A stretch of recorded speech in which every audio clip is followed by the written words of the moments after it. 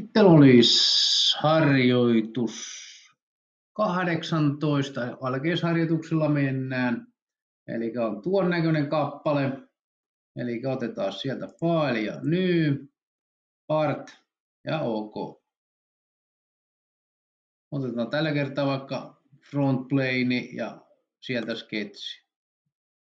Tehdään ensimmäinen profiili, eli otetaan tuolta pääty se 4 profiili noin.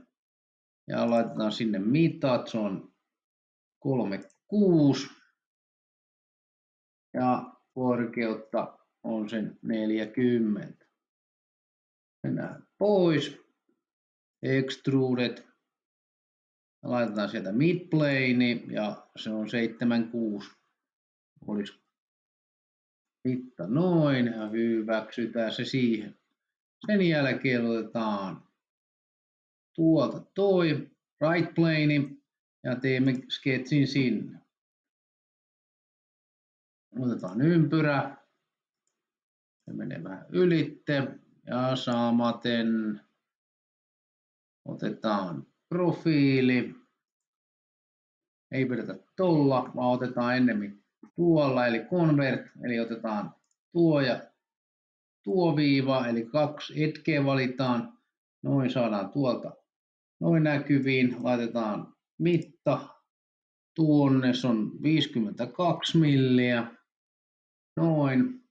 Otetaan trim ja siellä on power trim päällä. Otetaan tuo pois. Otetaan toi pois. Toi pois. Otetaan toi pois. Toi pois ja toi pois. Eli sinne jää tommonen profiili. Tämän jälkeen mennään exit. Otetaan extruded. Ja se on midplane kanssa 76. Hyväksytään. Noin. Tämän jälkeen voitaisiin ottaa sketsi tuohon päätyyn. Klikataan sitä ja otetaan sketsi. Noin. Otetaan täältä toi center. Otetaan näin. Otetaan sieltä korkeus. Se on sen 16 milliä. Ja tuo me voitaisiin siirtää tuohon. Noin, pistää suurista se 16. Noin. Eli se tuli rajoite coincident. Itse asiassa se ei riitä. Muuten se pitää vetää takaisin. Ei käy. Noin, annetaan olla noin. Jollei sitten tehtäisiin tälle, otetaan convert tuolta. Tuosta profiilista otetaan myös tosta. Noin. Ja otetaan trim-komennolla. Eli toi, noin pois. Tuolta toi pois. Sitten otetaan tuolta pois ja tuolta pois. Niin silloin tulee oikein. Sitten laitetaan tonne.